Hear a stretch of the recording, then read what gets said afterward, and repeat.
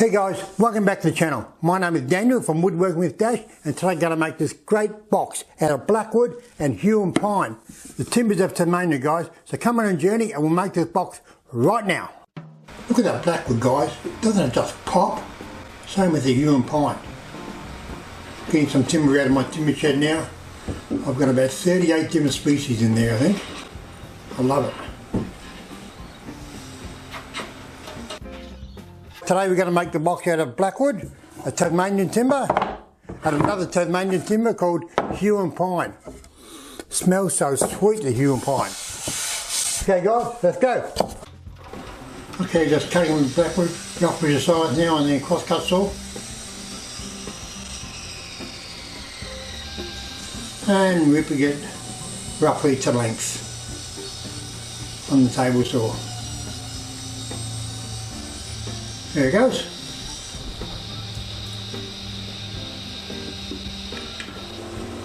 And putting it over the bother. Look at that. The bother's got a helical head in it. And there goes the edge. Great machine. And over to the thickness now. Look at the colour of the blackwood, guys. The chocolate brown colour. Magnificent, isn't it? Really does stand out. I've got the blackwood all machined up now. Look at the colour of that blackwood. The chocolate brown. Great colour, isn't it? Okay, we'll roughly cut them to size, put a groove in for the bottom, and miter them, cut a bottom, and join them together. Yee. Okay guys, just roughly cutting them to size now on the cross cut part of my table saw. Easy as.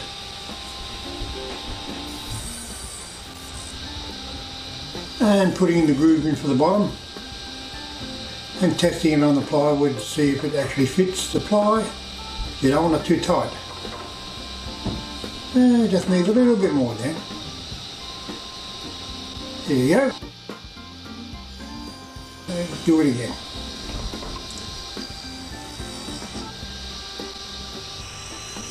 And cutting the miters now on the crosscut saw. Could have done it on the table saw, but the crosscut saw cuts a good miter too.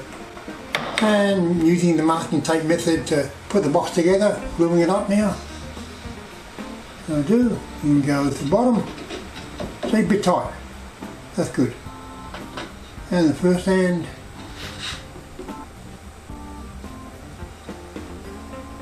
And there you go, folded it up like a piano accordion. Bit of tape on the end. Check for square then. All good. Taking the box out of the clamps, the next trick is to round over the inside of the box and cut the splines. We'll do that next. Okay, just cutting the splines down on my spline jig. Very simple jig, but it works really well. Very easy. There it is.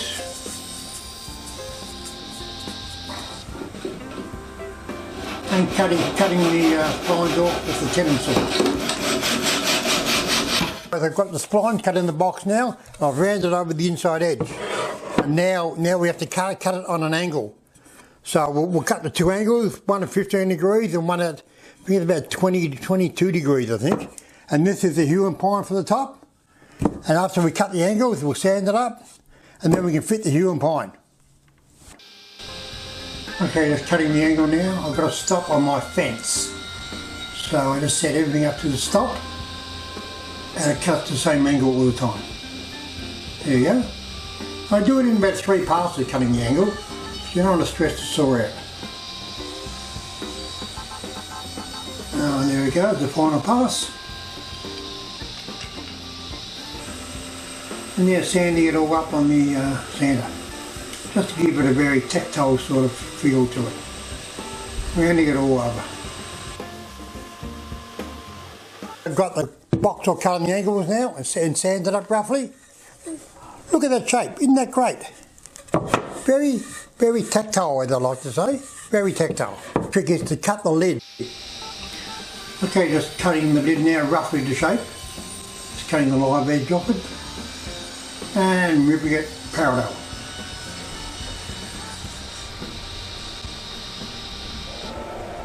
And running it over the mother now, but it had a cup in it. This is a very wide and short piece sitting in my tin shed that developed a cup, of course, and see everything is flat. And feel the thickness there it goes, just to flatten it off on the other side now. And just marking out for the handle.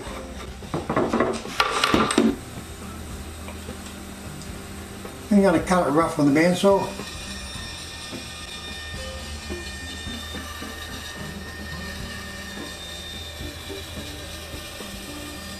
There it goes, great bandsaw with that, and just rounding it up now with the flush trim cutter against the pattern. There you go. And cutting it to width now.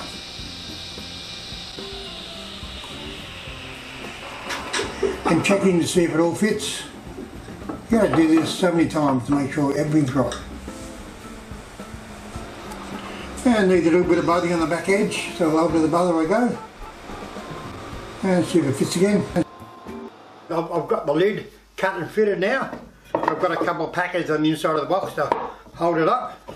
It's going to extend past the top of the box about 3/16 of an inch, just to give it the round tactile feel after I round it all over. But yeah, it's all fitted now except for the handle part, which I've got to cut out of the blackwood and let it sit in, but I've got to round at the back. The handle and then cut a little bit out of the blackwood. So we're getting there now, guys. Okay, just putting the big round on the top of the box. There it goes, over the handle part. Very big cut of that. I've done it in about 3 passes. You can hear it struggling a little bit. And now, instead of rounding the handle out, I'm just using the saw to go backwards and forwards. Take about half the meat off the handle. And now I'm rounding the blackwood for the handle to fit in.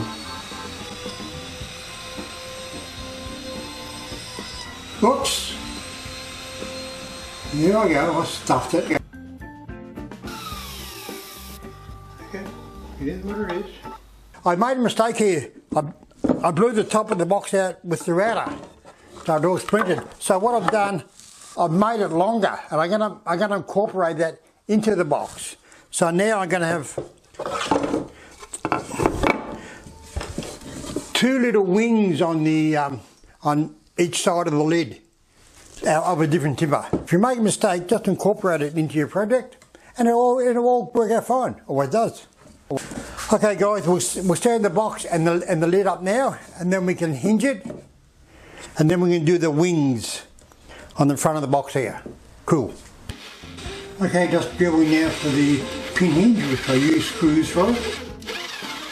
40mm screws. Just drilling a bit of 3/8 hole, but it's got to have a plug in it. And now a pilot hole for the screw. And just screwing it in. And that way you can adjust it.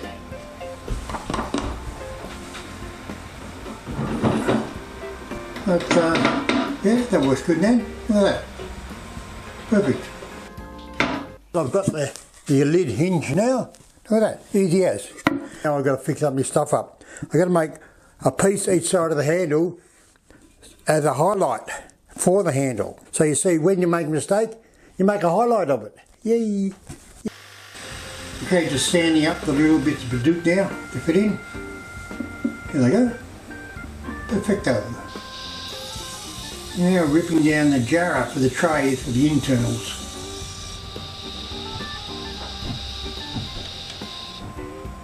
And putting them through the thickness now to get them down to a height.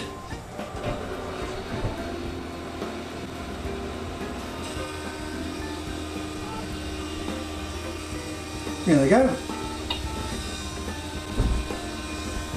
Great timber, the jarrah. And cutting them in half now. It's a 25mm. I get 2 pieces out of each piece. And putting it through the planer again. Different camera angle. I'm trying to get a few different camera angles now on my videos. And that's one of them, that's another one. And just gluing up the tray and pinning it together with a pin gun. Easy as, guys, easy as.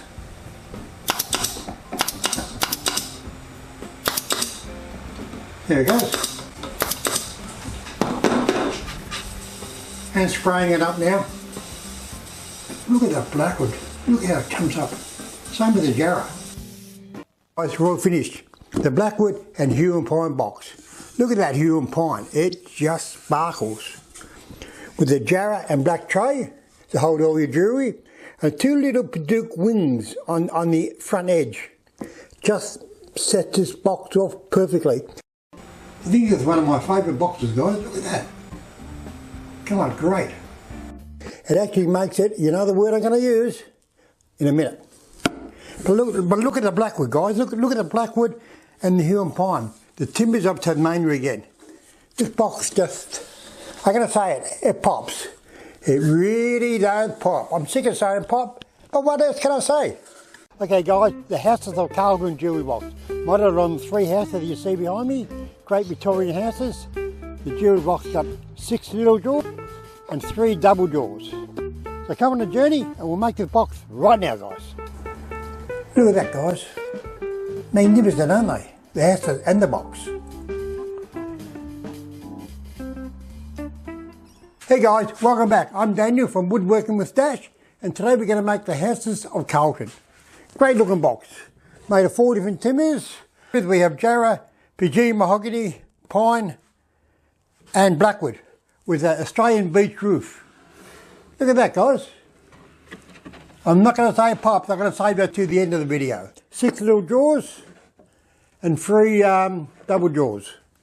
So come on a journey and we'll make this box right now, guys. Okay guys, great looking box, isn't it? Very unusual. Now I've cut birch ply to 85mm. The carcass of the box now, we'll do halving joints in the shelves. Just cutting the box now.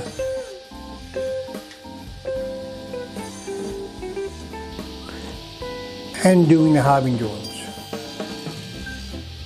Pretty easy, these halving joints.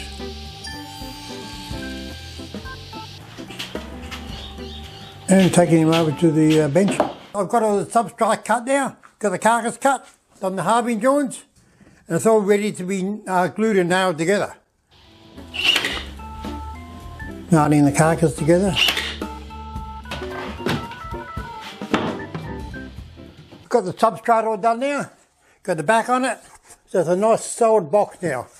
I've got a row of 3 drawers there, a row of 3 little drawers there, and 3 bigger drawers in the centre.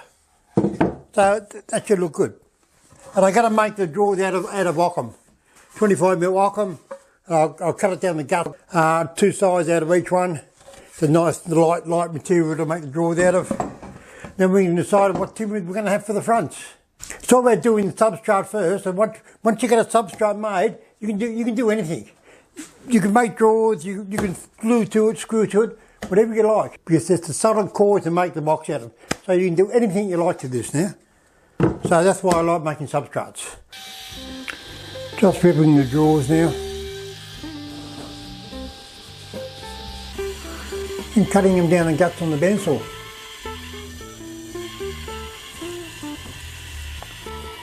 There you go. Even a big YouTube star like myself has to do some housework sometime. Wish I had an apprentice. Damn. Look at that, all the sawdust, guys. And put him through the thicknesser now.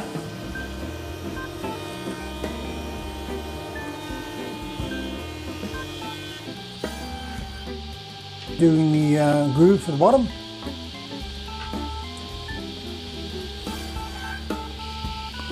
And just cutting into length now, holding them with a pencil. They're very small.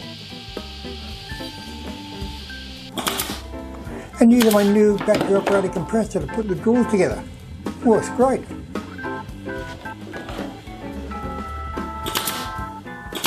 I've got all the drawers in the box now.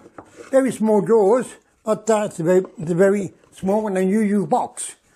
Now I picked the timbers that I'm going to use on the faces, 4 different timbers.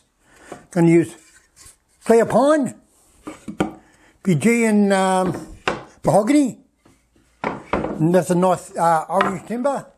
Jarrah, nice red timber. And the old favourite, Australian blackwood.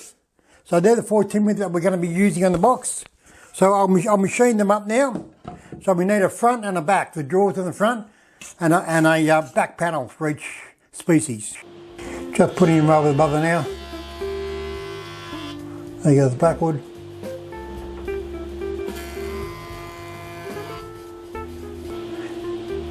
And doing the edge. And through the thickness as they go, the pine and the Jarrah. I've got all the backs cut. Got the Jarrah, the pine, the Fijian mahogany and the blackwood. So they're all going to go across the backs like that. Put a small round on them now, so as to what I call knuckle them together, accentuate the join. So yeah, and then we'll glue them on and then we'll trim them up after they're on. Using a small router now, do the small round. Very easy like that. We're getting there now, all the drawers are fitted. And all the backs and the end panels are fitted. Look at that, 4 different timbers. They'll polish up really well. I've also glued up the block of timber for the pitches of the roofs on the houses. It's going to be a 45-degree pitch. I think. I'll work it out anyway, it might be a little bit under or a little bit over. I'll plane this up first and then we'll cut the pitches. The pitch is going to be a bit tricky to cut, but I wanted the grain going long ways. So I'll just work that out as I go. I'm sure I'll work it out. Cut the pitch of the roof and then we'll drill the holes for the resin. But each roof's going to have a different colour resin in it. We'll spray the roof up, but the resin might bleed into the timber if it's not sealed. Over the bother it goes. And through the thicknesser. And cutting the first roof now, 45. I cramped that piece down, they're too big to hold.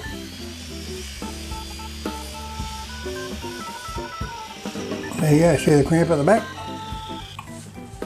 Turn it the other way, do the other 45. Set it all up, put a cramp on it again.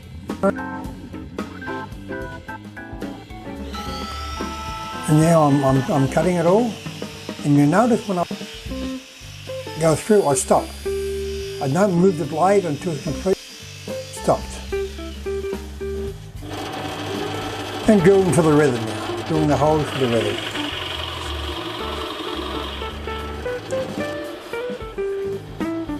Got them all lined up there.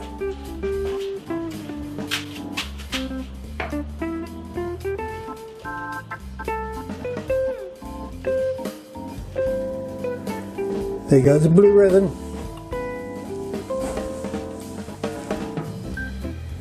And the red. And then the green and the orange. We've got the roofs done. We got the orange, the green, the red and the blue. So just to distinguish each house from the other one. And we'll glue these on top now. And then we'll cut the roofs themselves. They'll be made out of beech and they'll overhang about 6 or 7 mil each side like a normal roof does. That should look good, shouldn't it? Just putting the beech through the thickness though, it's a big hunk of beech this. And cutting it on a saw, so I get 3 pits out of it. But I do it in increments. A little bit at a time, otherwise you stress the saw too much.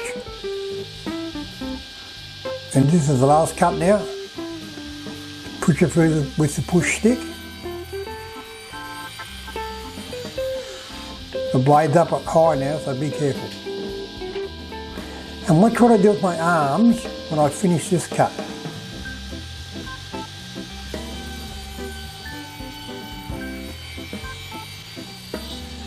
Just let him drop and your arms go out from the blade. And cutting the miters now with the miter thread. And fitting the tops. Then marking them so you know what goes where. Another day, another box. Where would you rather be? Here or working? I'd rather be here. And also the weather's picked up. It's not as cold in Melbourne anymore, which is great. So the box is coming up well. All the roofs are on now. They come out good, didn't they? Look at that. Look at that. 4 roofs for 4 houses. But we have a problem. There's always a problem, but we have a problem. The green and the blue resin didn't set. And you can see it dripping there. Look at that. Ew, yuck. I'll have to dig all these out now and redo them. Okay, just digging it all out now. I should have masked it up first, but I didn't. Just everywhere. And I can't get it on the board, and I can't get it off my finger.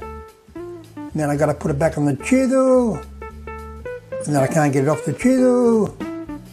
And it was a nightmare.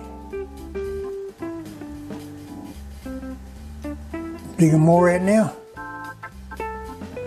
And then I finally taped it up.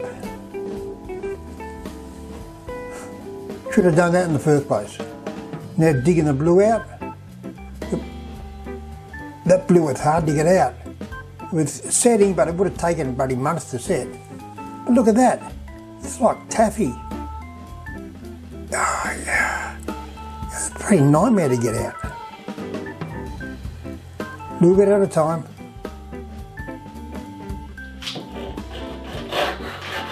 And cutting the dividers for the doors now.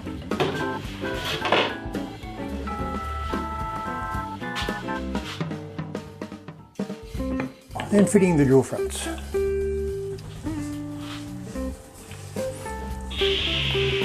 And cutting them now to width. And gluing them on. So I can just lay the box down, but the drawers are pretty small. And just eyeing it up and letting them sit and dry.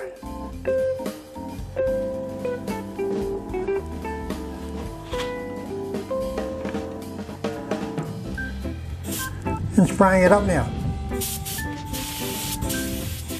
Look at the colour of those, guys. Never get sick of looking at that.